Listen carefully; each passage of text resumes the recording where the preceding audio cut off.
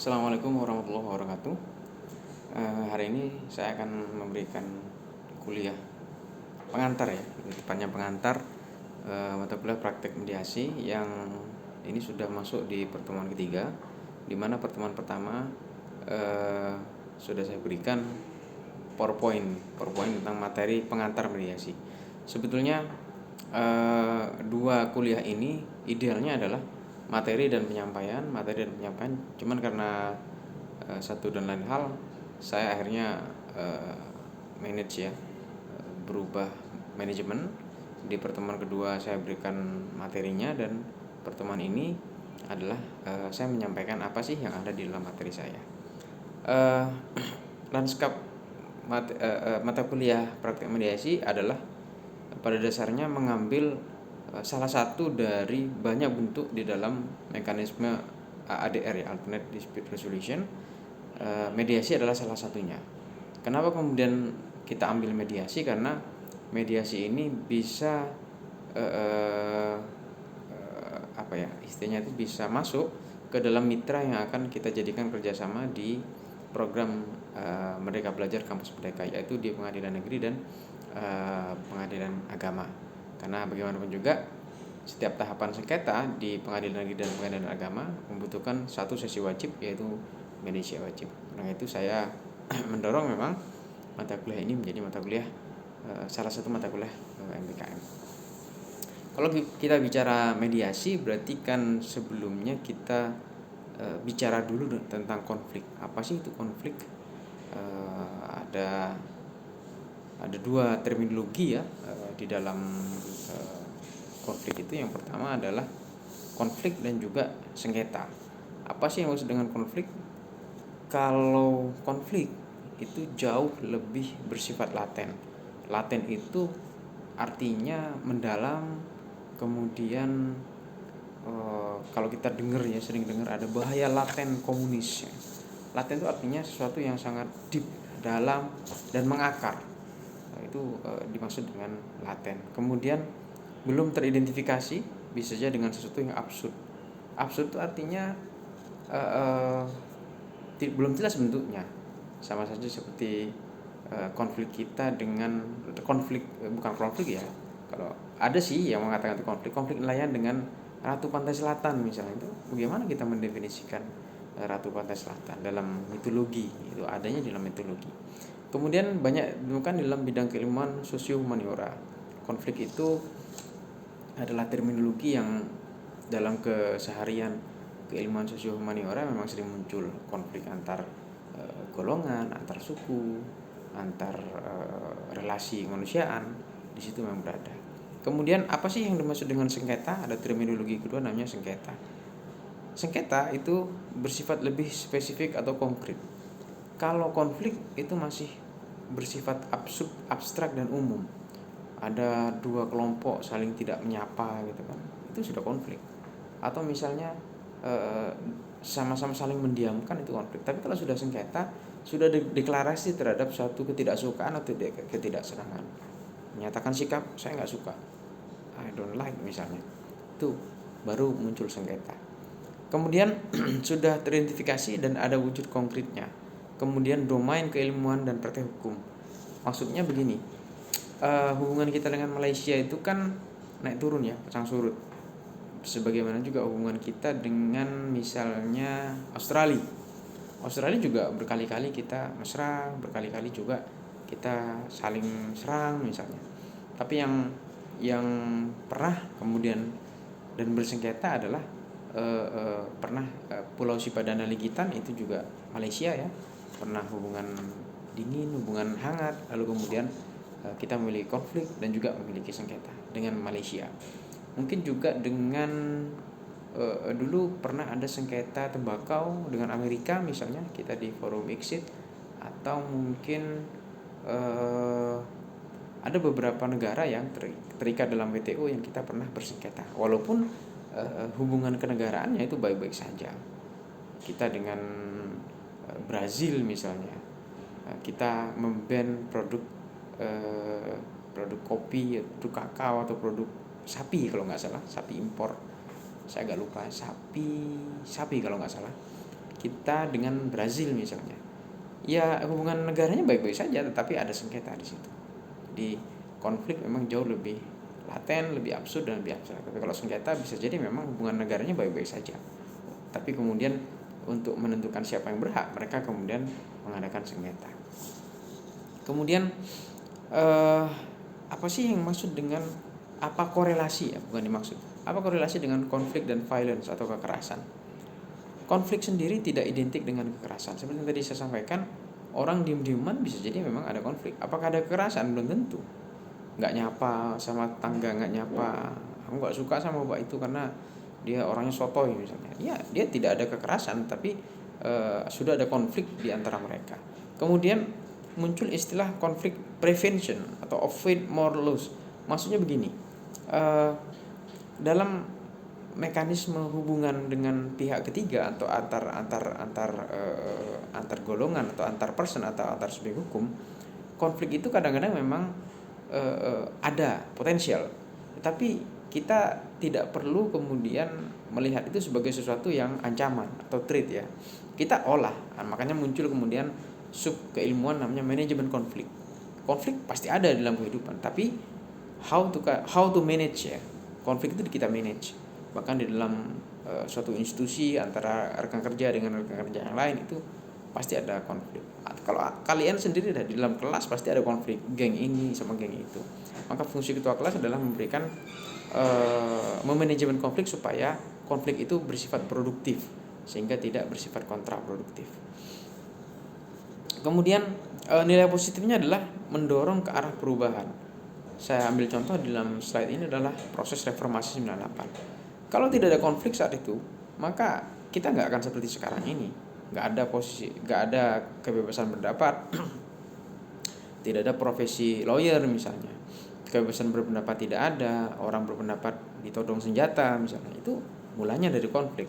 Konflik laten memuncak kemudian menjadi suatu peristiwa saling membunuh, saling membakar dan sebagainya. Dalam konteks resolution, konflik itu juga harus kita petakan. Jadi sebagai seseorang yang saya pribadi memang pernah menjadi konsultan konflik tahun 2011 sampai dengan 2015, saya terbiasa dengan konflik, bahkan juga sengketa. Artinya konflik itu sebetulnya bisa jadi muncul karena sesuatu yang tidak apa ya, kalau kata orang Jawanya itu tidak biaci, tidak nggak asik lah, tidak sesuatu yang mewah dan bernilai tinggi. Konflik hanya karena batas rumah misalnya, itu bisa jadi konflik yang mengakar. Atau misalnya konflik karena tersinggung sama perkataan tetangga misalnya, itu bisa aja terjadi sampai mengganggu ekosistem masyarakat, sampai mengganggu hubungan masyarakat misalnya, itu mungkin saja terjadi. Ada beberapa sebab konflik ya dalam pendekatan teori. Yang pertama ada teori hubungan masyarakat. Ada beberapa teori nanti akan saya bahas. Yang pertama dalam teori hubungan masyarakat, sebab konflik bisa jadi adanya polarisasi ya, rivalitas antar kelompok. Jadi misalnya di Jakarta, tempat saya dulu pernah di sana, ada tempat-tempat tertentu yang identik dengan suku-suku tertentu. Jadi kalau misalnya saya ke daerah Jakarta Utara, Cilincing gitu kan, banyak sekali orang Madura di situ, bercampur sama orang-orang Medan, Batak. Nah, warga yang indigenous people ya, atau orang-orang yang memang tidak berasal dari dua suku itu kadang-kadang memang berupaya untuk mempertahankan area. Bisa jadi ada gesekan di situ. Tapi apakah bisa diselesaikan? Bisa saja. Banyak model penyelesaian, kompromi. Bisa jadi ada persetujuan tidak tertulis, bisa saling membagi lapak, membagi wilayah dan yang lain-lain. Kemudian teori negosiasi, ada beberapa contoh, misalnya ada kedudukan yang tidak seimbang atau tidak setara. Konflik terjadi bukan karena apa yang menjadi masalahnya, tapi bisa jadi konflik terjadi karena posisi yang tidak seimbang. Saya ambil contoh case dulu waktu saya menjadi konsultan konflik, saya menengahi konflik antara PT Chevron Pacific Indonesia dengan warga masyarakat di Dumai, di Riau. Waktu itu konfliknya sepele, hanya mencabut pokok sawit atau batang sawit yang menurut warga masyarakat itu adalah sawit pokok sawit nenek moyangnya. Sedangkan perusahaan bersikukuh bahwa secara aspek administrasi itu adalah milik perusahaan. Padahal sebetulnya konfliknya kan hanya beberapa batang atau beberapa pokok sawit ya. Kalau dinilai uang nggak akan lebih dari 10 juta. Tapi karena merasa ada pride di situ, ada harga diri, ada merasa saya ini adalah pewaris masyarakat Riau misalnya, nah, itu muncul konflik. Nah, yang begitu-begitu memang membutuhkan seni ya di dalam penyelesaian. Nanti kita akan bahas. Teori identitas, adanya kekhawatiran sekelompok orang identitasnya terancam. Sama seperti teori hubungan masyarakat tadi, ada beberapa kelompok orang ya, kelompok ras atau kelompok golongan tertentu yang dalam hidupnya itu saling berkelompok. Iya, memang itu naluri ya, sesuatu yang bersifat alami dan manusiawi. Kalau Anda merantau begitu kan, Anda pasti akan mencari orang yang senasib dengan Anda. Ya paling tidak sebahasa, sedaerah, satu alma mater begitu kan. Dan dari sana kan akan muncul hal-hal yang menyenangkan. Oh, aku pernah nang kono. Awakmu tuh kan di Jawa Timur. Jawa Timur mana? Jember misalnya. Gayeng. Nah, tanpa disadari kesamaan-kesamaan itulah yang memunculkan eksklusivitas kelompok ya, yang mungkin akan mengganggu ekosistem kelompok yang memang sudah heterogen, dan itu bisa memunculkan konflik.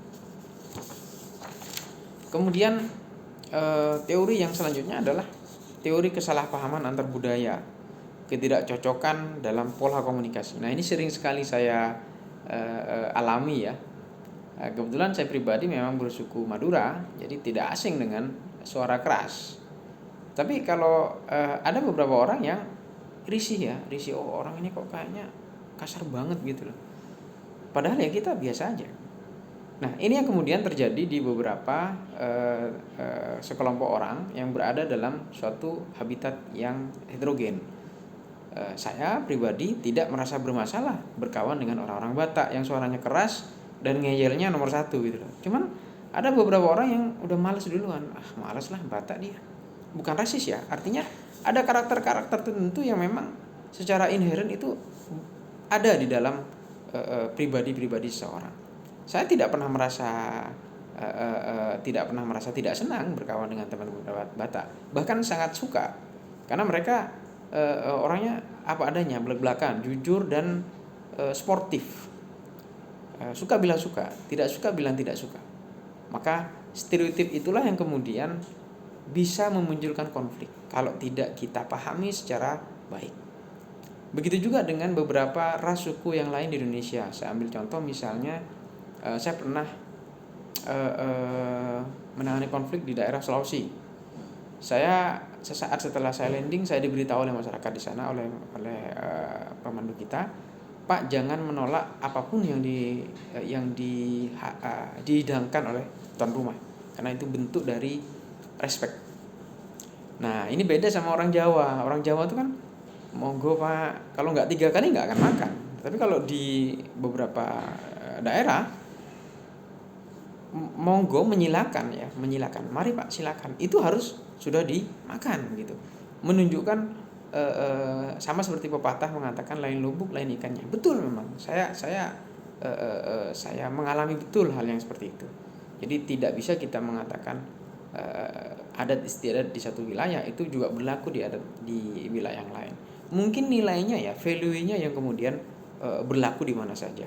Value tentang menghormati orang tua, value tentang kejujuran, value atau nilai tentang respect itu berlaku di semua tempat. Tetapi caranya yang mungkin itu berbeda-beda.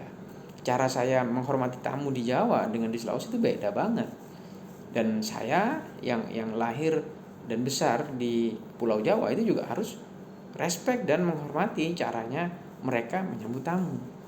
Begitu juga sebaliknya. Nah, hal-hal yang demikian itu dapat disadari atau disadari atau tidak disadari itu akan berpotensi membuat konflik ya, atau membuat sengketa di dalam relasi hubungan masyarakat.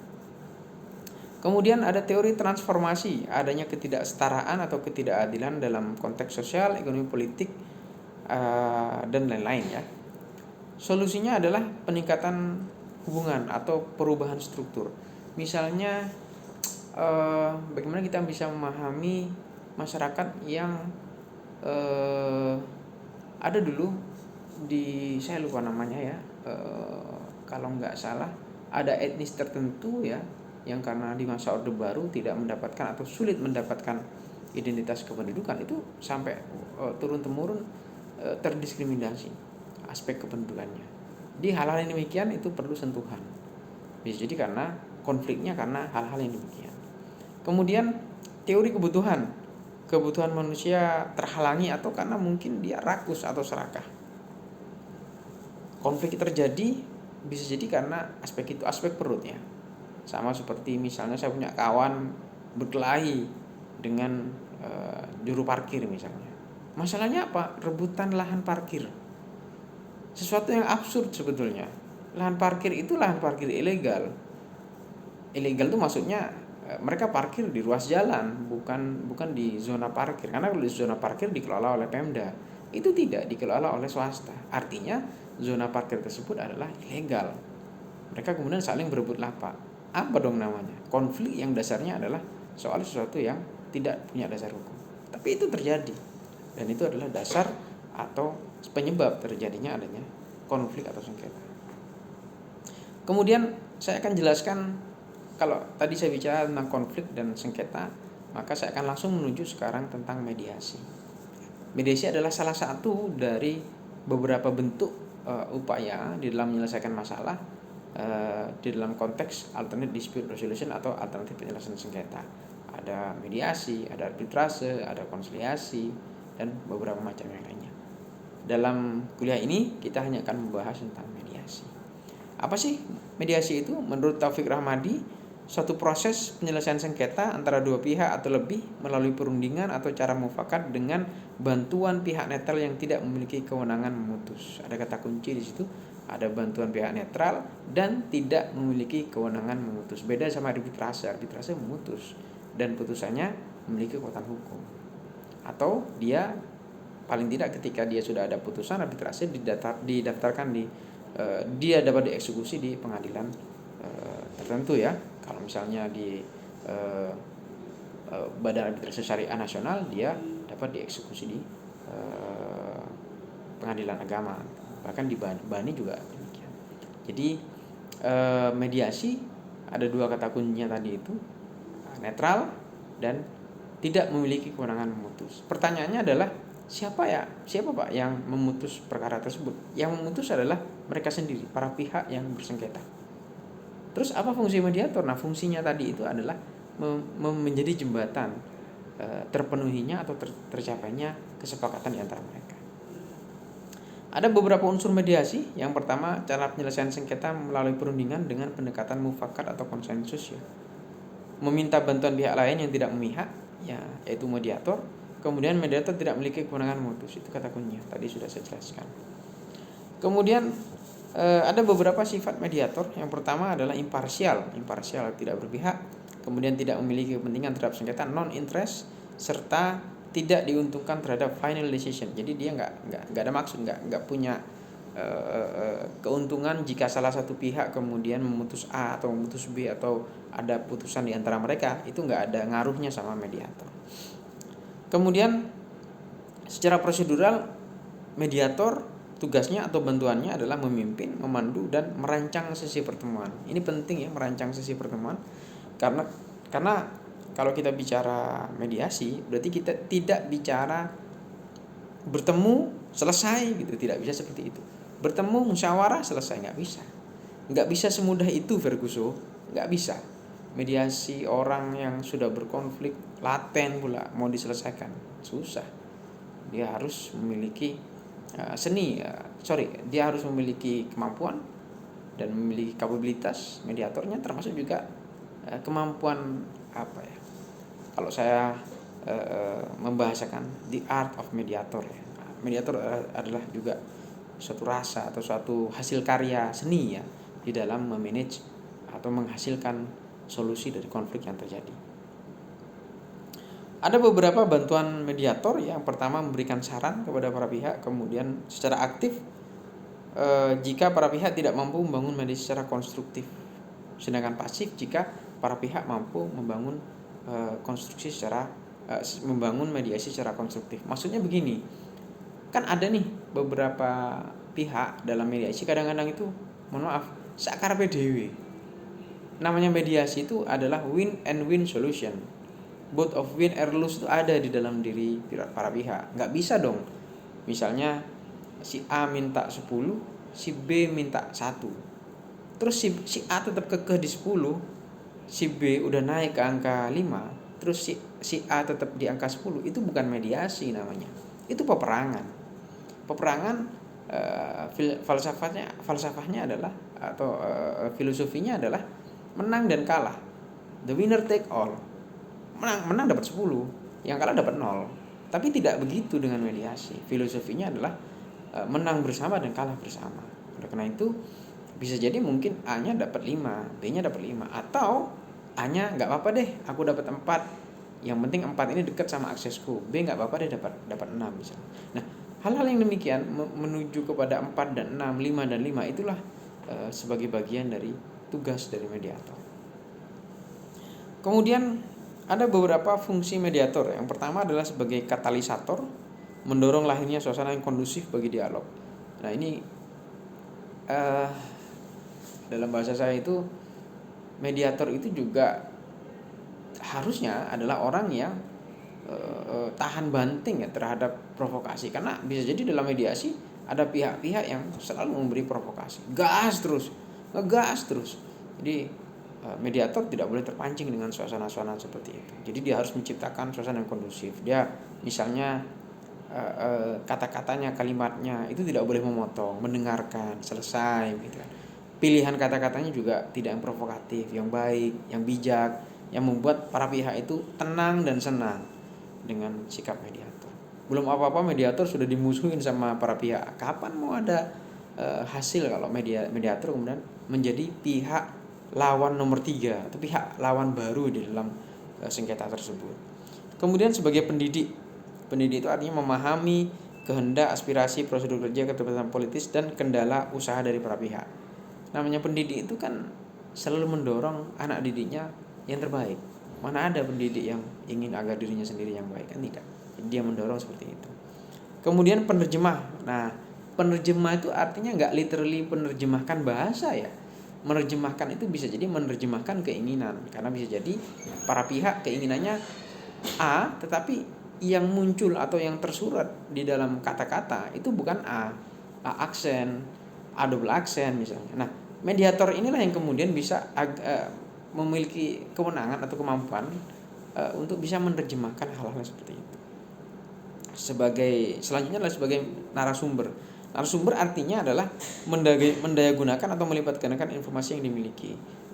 Narasumber itu artinya bisa jadi hasil informasi tersebut berasal dari kaukus ya, hasil pertemuan dengan satu pihak kemudian diolah sama dia untuk menjadi informasi kepada pihak yang lain.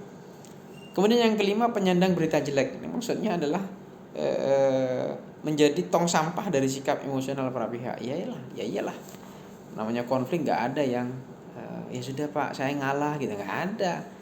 Namanya konflik sengketa apalagi itu menyangkut harta miliaran triliunan, ya bisa jadi ada kursi naik ke meja, sepatu naik ke atas kursi misal. Hal yang demikian harus mampu dipahami oleh mediator. Kemudian yang selanjutnya adalah menjadi agen realitas, mendown to earth-kan tuntutan atau keinginan para pihak. Contohnya begini, pihak A minta 10, B maunya memenuhi 1. Dirayulah sama mediator, naiklah B, jangan 1, naiklah 4. Ya Pak saya coba 4. Nah, datang dia ke A, berapa Pak? Jangan 10 lah Bu, Pak gitu kan. Masa iya mereka sudah naik Bapak enggak turun. Enggak, pokoknya saya enggak mau. Saya maunya pokoknya 10. Nah, kalau sudah begini, ini fungsi mediator adalah membawa alam pikiran dari Bapak A itu ke bawah. Tambahi misal begini. Kalau Bapak tetap di angka 10, ini jadi sengketa, ada di pengadilan misalnya, belum tentu ketika 3 tahun kemudian ketika proses ini selesai, 10 yang Bapak inginkan benar-benar Bapak dapatkan 10. Karena berjalannya waktu, valuasi objek menjadi turun, Bapak potensial profit nggak ada. Nah, ini yang kemudian bisa dimasuki oleh mediator sebagai salah satu materi ya di dalam mereka menjalankan misinya. Fungsi yang lain adalah sebagai kambing hitam. Ini biasa nanti kambing hitam ya, sebagai pihak yang disalahkan di dalam suatu mediasi biasalah. Jadi kadang-kadang mediator itu punya julukan tempat sampah dan kambing hitam. Ya karena memang tidak ikut berada dalam pusaran konfliknya, tapi kemudian menjadi pihak yang dicurigai. Wah, jangan-jangan mediatornya yang main ini. Wah, mediatornya berpihak ini. Hal-hal yang demikian akan secara umum terjadi di dalam proses mediasi. Kemudian ada beberapa kekuatan mediasi ya. Yang pertama adalah proses tidak diatur secara rinci dalam peraturan perundang-undangan. Para pihak bisa luas dan luasa, tidak terperangkap dalam formalisme. Beda dengan arbitrase ya, terkait dengan posita dan petitum. Ini bisa naik turun. Saya pernah punya pengalaman mendamaikan klien ya dengan salah satu bank besar Indonesia. Memang agak unik juga perkara tersebut karena bisa selesai di luar pengadilan dengan satu hasil yang cukup memuaskan bagi kedua belah pihak. Dan alhamdulillah sampai detik ini dari 7 tahun komitmen penyelesaian masalah, tahun ke-4 hari ini, 4 kalau nggak 5 saya lupa, berjalan dengan baik dan on the track. Ini berkat kerjasama dan pemahaman yang baik antara para pihak dan juga mediator, sehingga terjadi kesepakatan damai. Kemudian kekuatan yang lain adalah tertutup atau rahasia. Dia bisa membungkus prosesnya dan membungkus hasilnya supaya itu juga tidak ada orang lain yang tahu. Itu salah satu kelebihannya.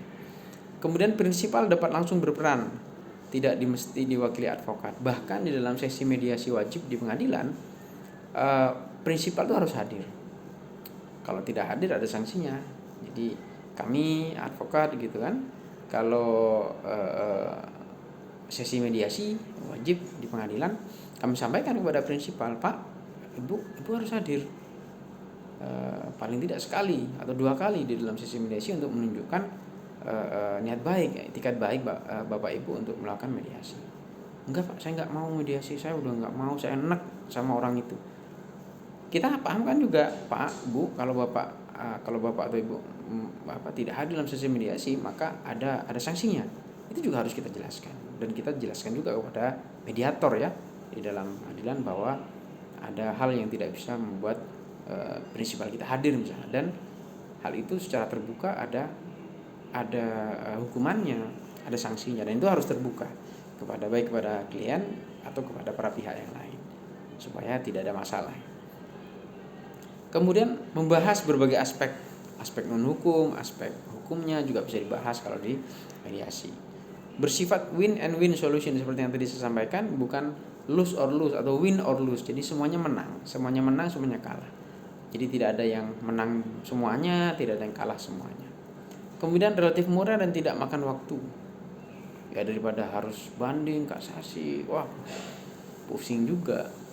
Satu perkara di pengadilan saja normalnya bisa 3 sampai 5 tahun, inkrah sampai Mahkamah Agung. Itu kalau normal. Kalau enggak, masih adalah mau eksekusi, ada perlawanan lah, tambah lama lagi. Walaupun perlawanan tidak menunda eksekusi, tapi paling tidak effort dari kita menghindari ya, avoid the problem itu kan masih mungkin akan terjadi sampai 5, 7, bahkan mungkin 10 tahun yang akan datang. Kenapa enggak kita selesaikan saja lewat mediasi? Kalau saya pribadi punya klien, punya aset yang akan digugat 10 miliar misalnya, terus ada tawaran mediasi mau dibayar 6 miliar misalnya, tapi saat ini cash, saya biasanya memang mendorong mereka agar menerima, karena perhitungan 6M dengan 10M, tapi dengan berjalannya waktu itu bisa jadi lebih banyak yang 6M hari ini. 10M Anda lewat gugatan, masih waktu buying time 3 sampai 5 tahun misalnya. Belum masih eksekusinya. Belum masih ada potensial profit yang hilang selama 3 sampai 5 tahun. Mending Anda terima hari ini 6M cash, Anda bisa jadikan usaha selama 5 tahun atau 3 tahun atau 5 tahun, 6M sudah dapat berapa.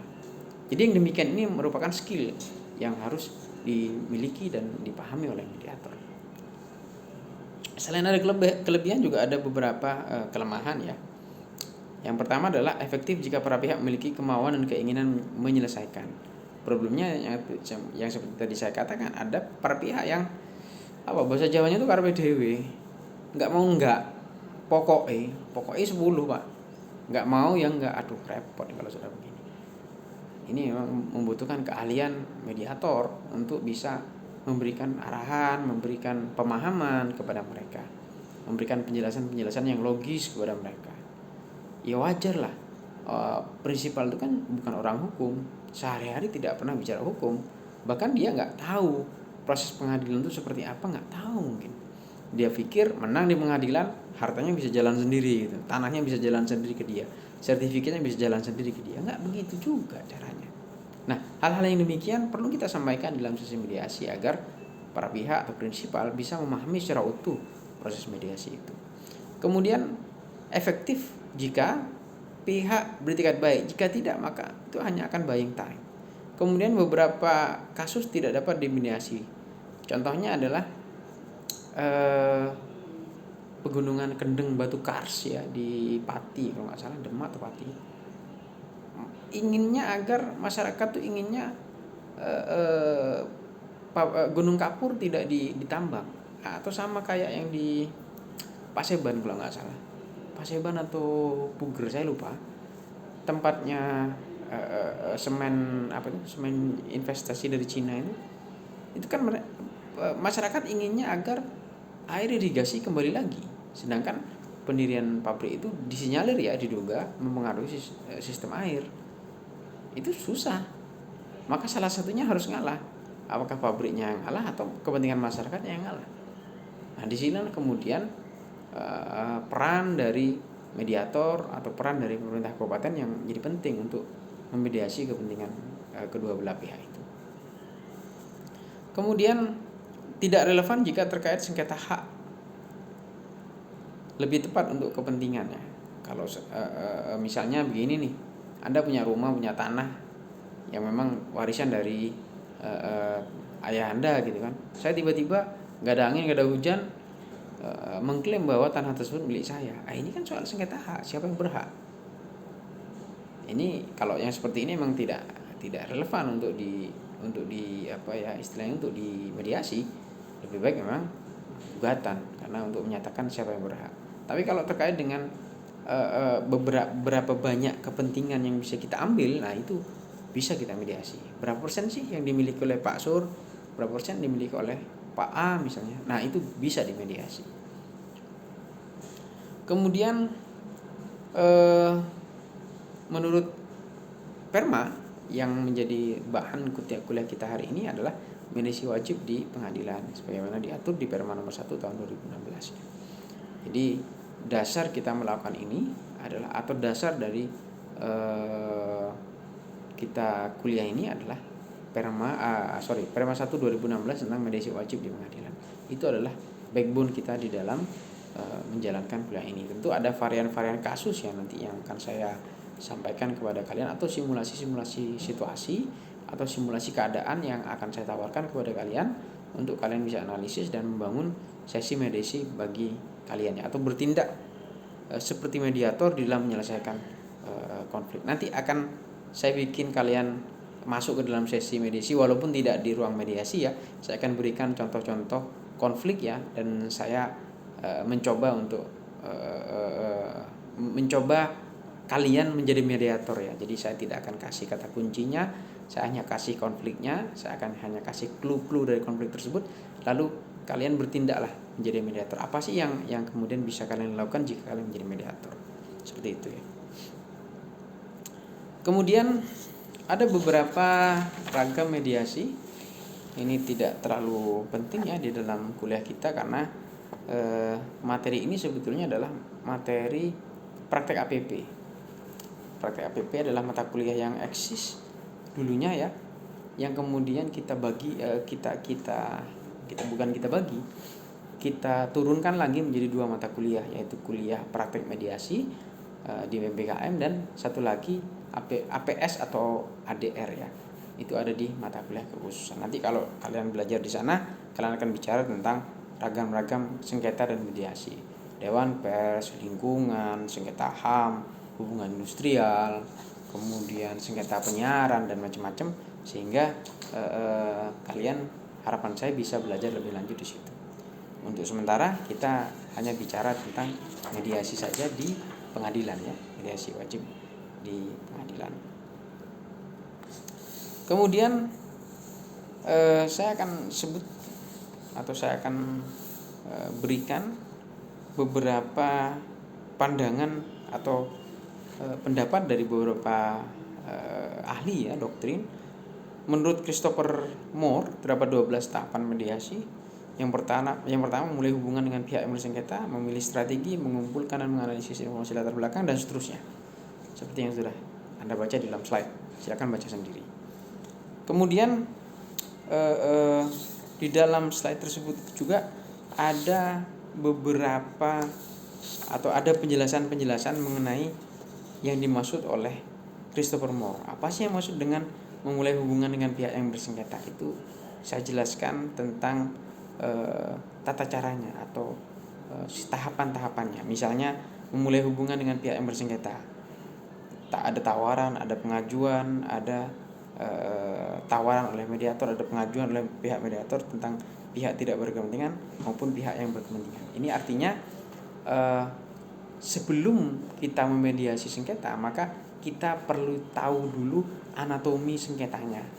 Siapa saja pihak yang bersengketa, siapa saja orang yang tidak memiliki hak tetapi dia ikut serta, atau apa ya, dalam bahasa saya itu uler lah. Apa ya, bahasanya itu begini, yang bersengketa adalah A, tapi A ini ngajak temannya B. B ini terkenal sebagai pemuka masyarakat lah, dia punya pengaruh informal di dalam masyarakat, sehingga proses mediasi kemudian tidak bisa berjalan lancar. Karena apa? Karena kehadiran B. B ini bukan orang yang memiliki kepentingan sebetulnya di dalam mediasi, tapi dia terus nempel sama A. Harapannya adalah A agar mendapat kekuatan tambahan dari B.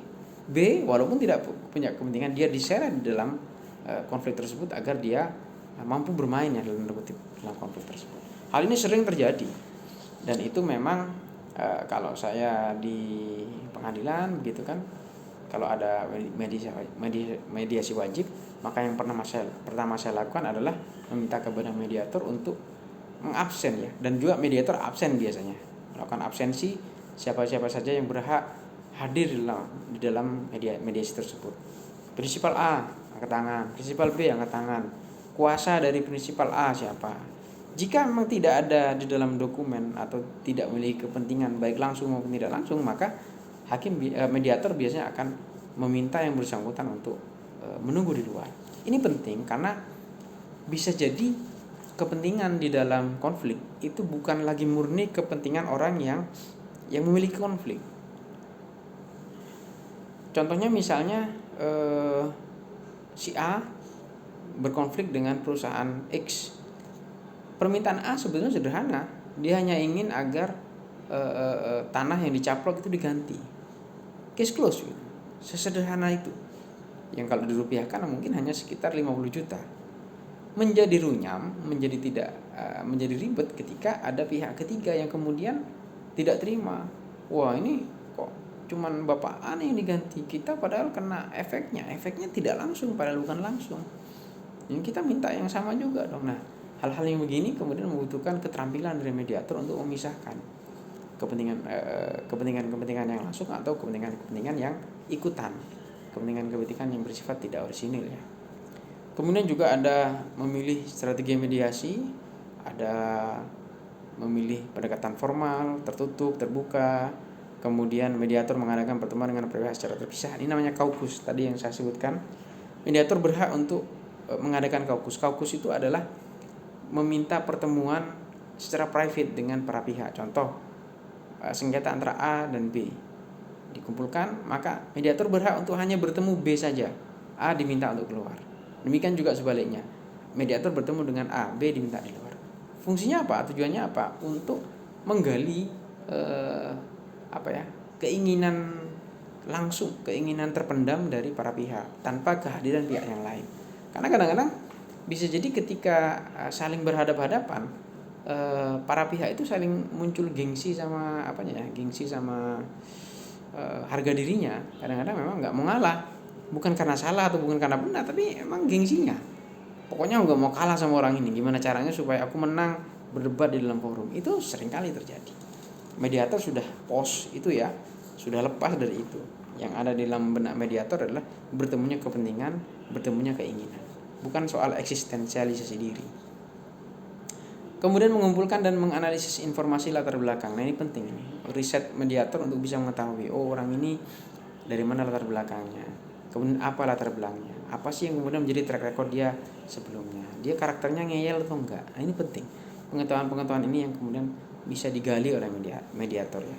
Kemudian menyusun rencana mediasi. Ini juga sama seperti kita membangun taktik dalam sepak bola. Oh nanti babak pertama sampai tengah saya mau pakai 4-4-2. Kemudian kalau mau ningkatin gol saya mau pakai 4-3-3. Setelah babak pertama ini kayaknya mereka akan kalau kegolan mereka akan memasukkan satu striker, maka saya akan geser menjadi 5-3-2 misalnya.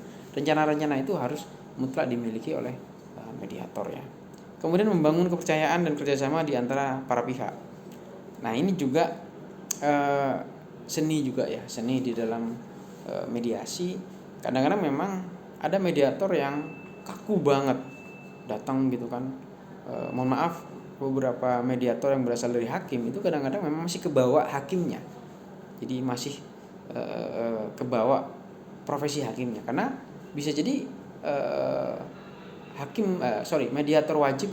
mediator di pengadilan itu berasal dari hakim. Nah, karakteristik atau nilai yang dipegang antara hakim dan mediator itu beda. Kalau hakim kan betul-betul dia yang memutus, decision is yours. Gak ada lagi yang kita bisa menghalangi palunya hakim. Tapi kalau menjadi mediator, hakim yang kemudian ditugaskan menjadi mediator pada saat itu dia harus ngalah. Ini nggak bisa mengatakan kau aja lah, ini aja lah, nggak bisa begitu. Nah oleh karena itu bergeser peran atau berganti peran dari hakim menjadi mediator itu juga tantangan yang sulit bagi teman-teman hakim yang memang basicnya adalah menjadi center of interest. Karena hakim dan mediator beda. Hakim adalah center of interest. Apa dibilang hakim, ya itu harus dijalankan.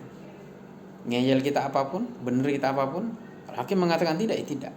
Tapi kalau mediator nggak bisa seperti itu. Mediator adalah fasilitator terjadinya kesepakatan, bukan decision maker di situ. Kemudian ada juga membangun trust ya. Trust itu artinya begini. Bisa jadi mediator untuk meredakan ketegangan, bisa jadi dia tidak bicara konfliknya dulu. Tanya misalnya, wah bapak kebetulan salah satu pihaknya itu pakai jersey sepak bola, bapak suka Milan gitu. Oh iya, bapak kok tahu kalau saya suka Milan? Bapak pakai jersey Milan. Saya Milanisti juga pak gitu. Nah dari sana kan hal-hal yang obrolan seperti itu kan bisa jadi muncul menjadi meredakan ketegangan di antara para pihak. Saya pribadi sebagai yang pernah menjalani konsultan konflik ya, saya tidak pernah akan langsung ke pokok materi. Saya biasanya akan melipir ke sesuatu yang bahkan tidak ada kaitannya dengan masalah mereka. Udah panas nih ya kan, para pihak A dan B panas gitu kan. Iya, yang saya perhatikan detil apa yang sedang mereka kenakan. Contoh misalnya mereka mengenakan tasbih, membuat tasbih misalnya. Kadang-kadang spontan aja muncul, wah pak tasbihnya bagus banget pak, ini dibuat dari apa pak? Oh dia bercerita, oh ini tasbihnya dibuat dari tulang unta. Oh, tulang unta pak, dari mana bapak dapat tulang unta? Wah saya dapat dulu pada saat naik haji tahun segini, tahun 60 misalnya. Tahun 60 tuh susah pak, harus begini, harus naik kapal apa sebagainya. Bagaimana pak bapak naik kapal saat itu? Oh caranya begini, dan lupa sama masalahnya.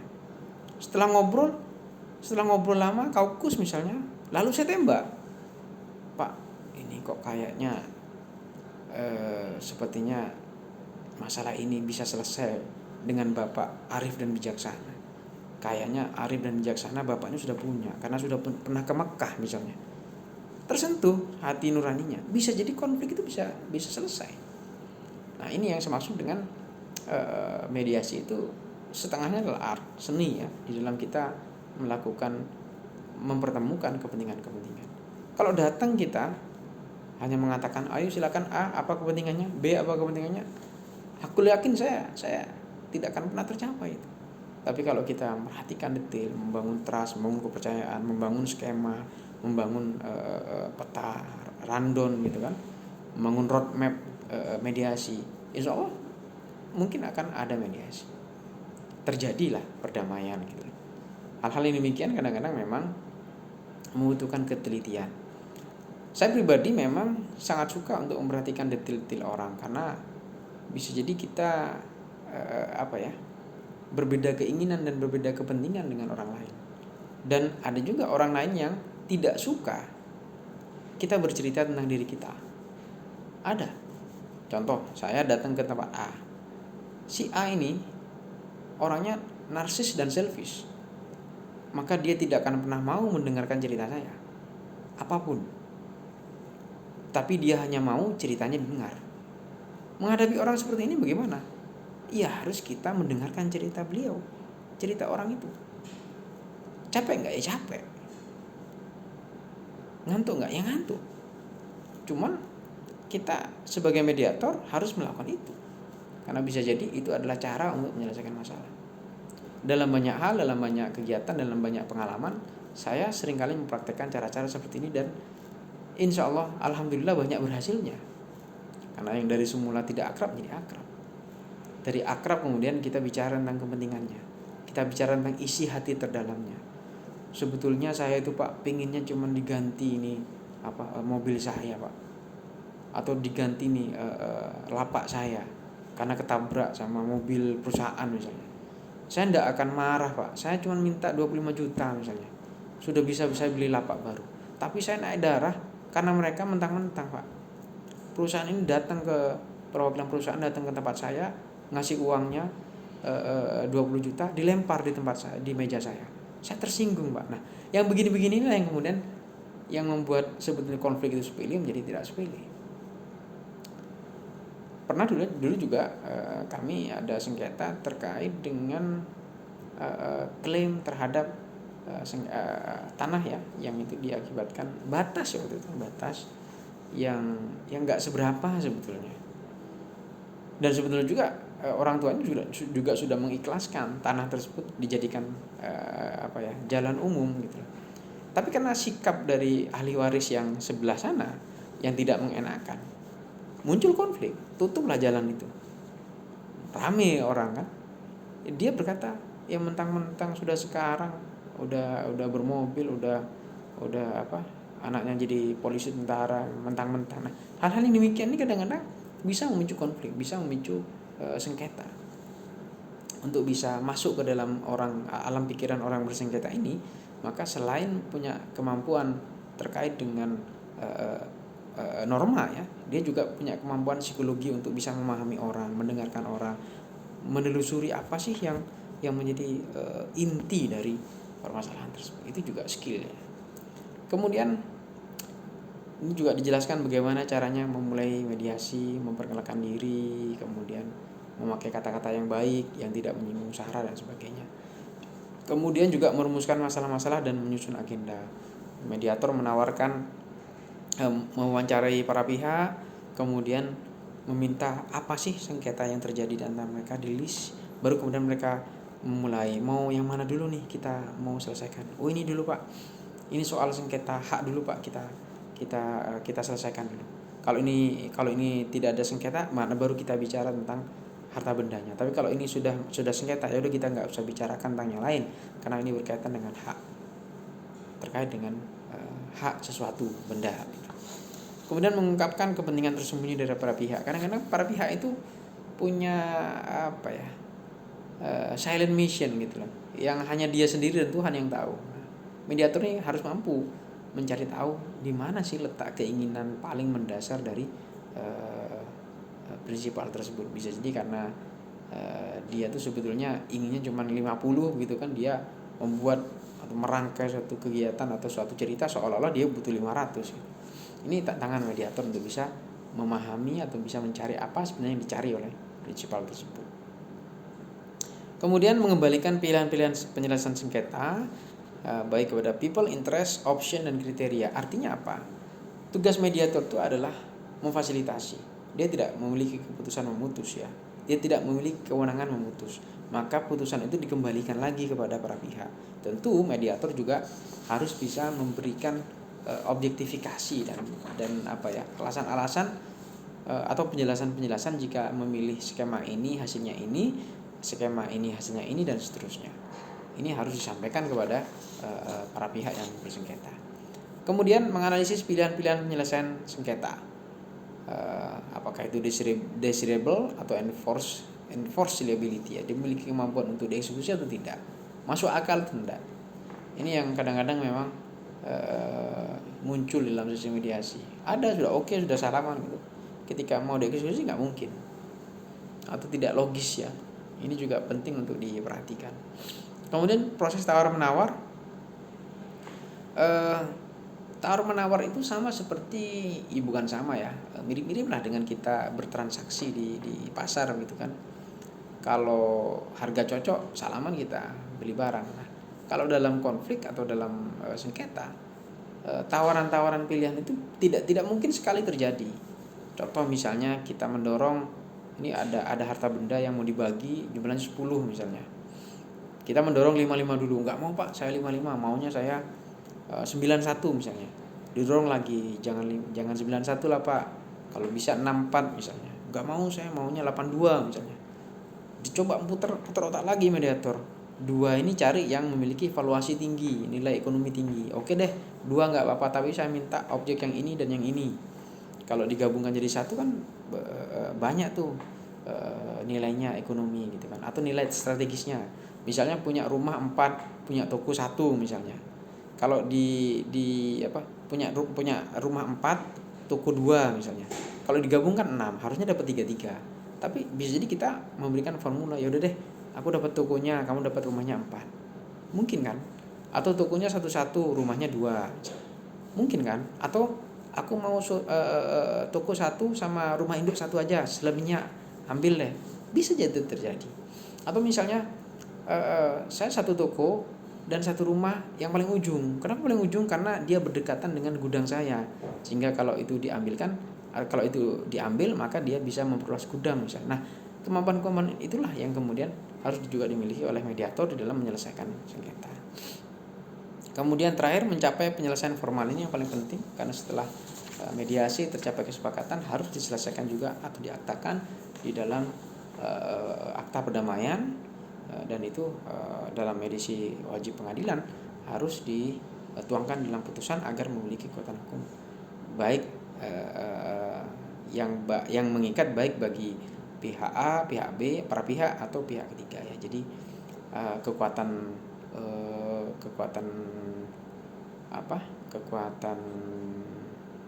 perdamaian itu akan berpengaruh baik terhadap para pihak maupun para pihak-pihak yang lain, sehingga di kemudian hari tidak lagi ada sengketa yang muncul karena hal tersebut. Begitu saya kira kuliah kita hari ini. Jadi kuliah yang akan datang, pertemuan keempat, saya sudah akan mulai masuk ke kasus dan simulasi kasus ya. Untuk sementara saya akan berikan simulasi kasus berdasarkan RPS. Nah, RPS-nya ada 2 tuh, ada PN sama di PA. Nah, berdasarkan itu nanti akan saya masing-masing memberikan contoh-contoh case. Metode pembelajarannya nanti mix juga antara case study dengan Zoom meeting. Tapi untuk ke depan mungkin saya share sengketanya lewat case study begitu. Tapi mungkin nanti perkuliahannya pakai Zoom meeting.